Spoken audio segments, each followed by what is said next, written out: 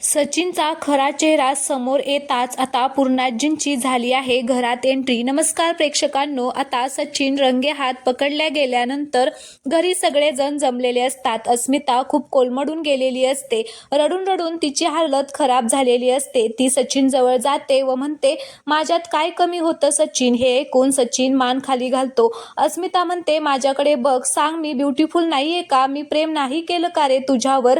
तू कॅनडाला गेलास, मी ते एकटी राहिले का? तर तुझं करिअर घडावं म्हणून वेड्यासारखी वाट बघत राहिले मी। त्याची काडीचीही किंमत केली नाहीस तू, का नाही केलीस? आता बोल ना। तर आता सचिन पुन्हा खोटं बोलू लागल्याने अर्जुन आता सचिनला चांगलंच बदडून काढतो व म्हणतो, अरे जो माणूस परत परत एकच चूक करतो ना, तो कधीच सुधरू शकत नाही।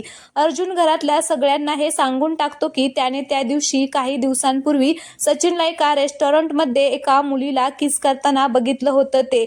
हे ऐकून घरातल्या सगळ्यांना धक्काच बसतो। कल्पना म्हणते, अर्जुन तुला हे सगळं आधीच माहीत असून तू गप्प का राहिलास? का नाही सांगितलं त्याच दिवशी?